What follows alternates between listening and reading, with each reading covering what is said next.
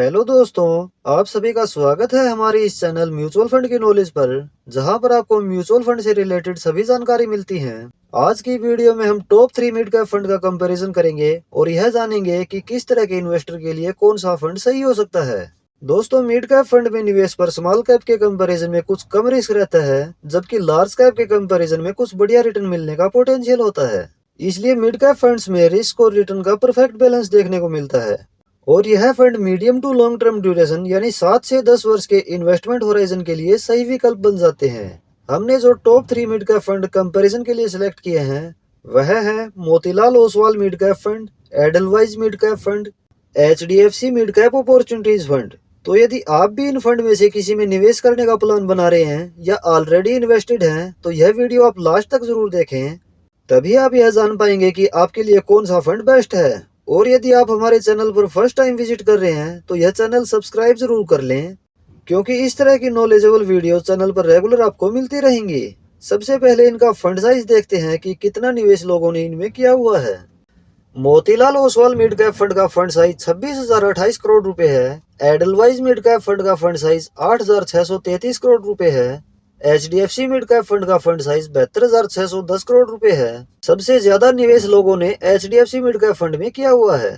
Motilal Oswal mid cap fund 11 वर्ष 2 महीना पुराना है। एडलवाइज और HDFC मिड कैप फंड 12 वर्ष 3 महीना पुराने हैं। चलिए अब इन फंड का एक्सपेंस रेशियो देखते हैं। Motilal Oswal mid cap fund का एक्सपेंस रेशियो 0.63% है।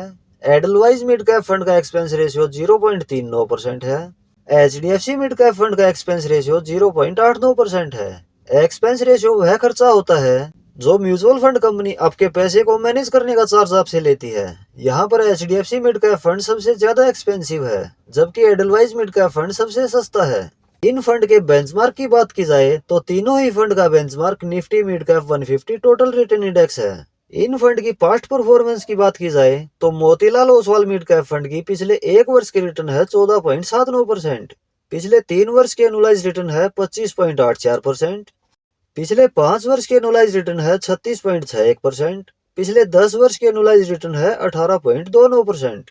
एडलवाइज मिड कैप फंड की पिछले 1 वर्ष की रिटर्न है 17.14%, पिछले 3 वर्ष की एनुअलाइज रिटर्न है 23.13%, पिछले 5 वर्ष की एनुअलाइज रिटर्न है 34.73%, पिछले 10 वर्ष की एनुअलाइज रिटर्न है 18.47%। HDFC मिड कैप फंड की पिछले 1 वर्ष की रिटर्न है 9.95%, पिछले 3 वर्ष की एनुअलाइज रिटर्न है 23.58%, पिछले 5 वर्ष की एनुअलाइज रिटर्न है 33.29%, पिछले 10 वर्ष की एनुअलाइज रिटर्न है 17.68%। इन तीनों ही फंड का प्रदर्शन शानदार रहा है। चलिए अब यह देखते हैं कि इन फंड ने SIP लमसम के जरिए निवेशकों के पैसे को पिछले 10 वर्ष में कितना ग्रो किया है।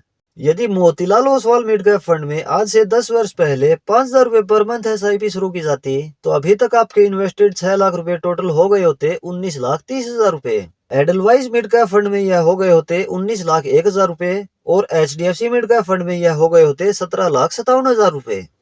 यदि Motilal Oswal mid cap fund में आज से 10 वर्ष पहले 1 लाख रुपए लमसम निवेश किया जाता तो अभी तक यह हो गया होता 5,36,000 रुपए। एडलवाइज मिड कैप फंड में यह हो गया होता 5,44,000 रुपए और HDFC मिड कैप फंड में यह हो गया होता 5,09,000 रुपए। यहाँ पर देखा जाए तो तीनों ही फंड ने लॉन्ग टर्म में पैसे को बहुत ज्यादा ग्रो किया है। HDFC मिड कैप फंड की परफॉर्मेंस इन दो फंड के कंपैरिजन में कुछ कम रही है। यदि इन फंड के एडवांस रेशियो देखें तो Motilal Oswal mid cap fund का अल्फा है 8.45, इसका बीटा है 0.90 और इसका शार्प रेशियो है 1.12। एडलवाइज मिड कैप फंड का अल्फा है 3.44, इसका बीटा है 0.95 और इसका शार्प रेशियो है 0.98। HDFC मिड कैप फंड का अल्फा है 5.20 और इसका बीटा है 0.88 और इसका शार्प रेशियो है 1.12। अल्फा से हमें पता चलता है कि कोई फंड अपने बेंचमार्क के कंपैरिजन में कितना अधिक रिटर्न बना रहा है। तीनों ही फंड अपने बेंचमार्क को आउट परफॉर्म कर रहे हैं। Motilal Oswal mid cap fund सबसे बढ़िया अल्फा जनरेट कर रहा है।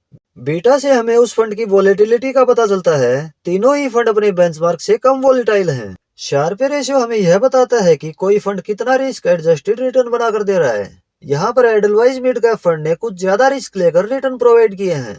मोतीलाल ओसवाल और HDFC मिड कैप फंड ने रिस्क एडजस्टेड रिटर्न प्रोवाइड किए हैं।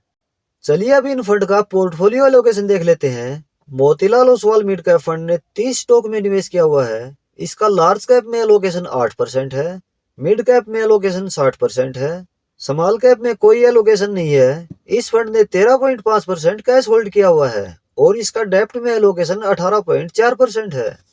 एडलवाइज मिड कैप फंड ने 75 स्टॉक में निवेश किया हुआ है। इसका लार्ज कैप में एलोकेशन 11.1% है, मिड कैप में एलोकेशन 73.8% है, स्मॉल कैप में एलोकेशन 11.1% है और डेप्ट में एलोकेशन 4.4% है।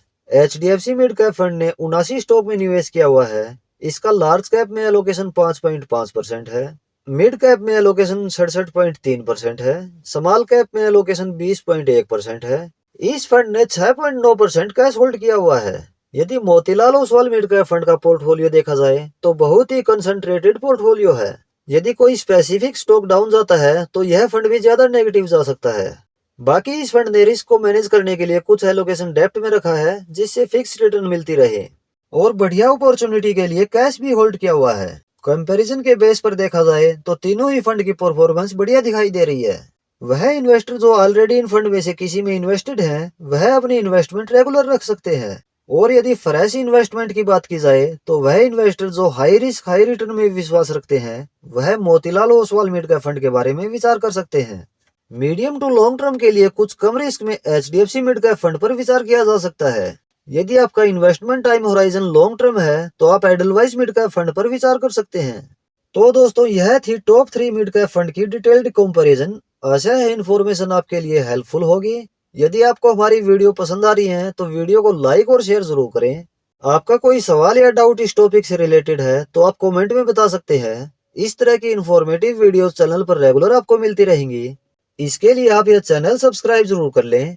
वीडियो अंत तक देखने के लिए आपका बहुत बहुत धन्यवाद। आपसे मुलाकात होगी नेक्स्ट वीडियो में किसी और इन्फॉर्मेटिव टॉपिक के साथ।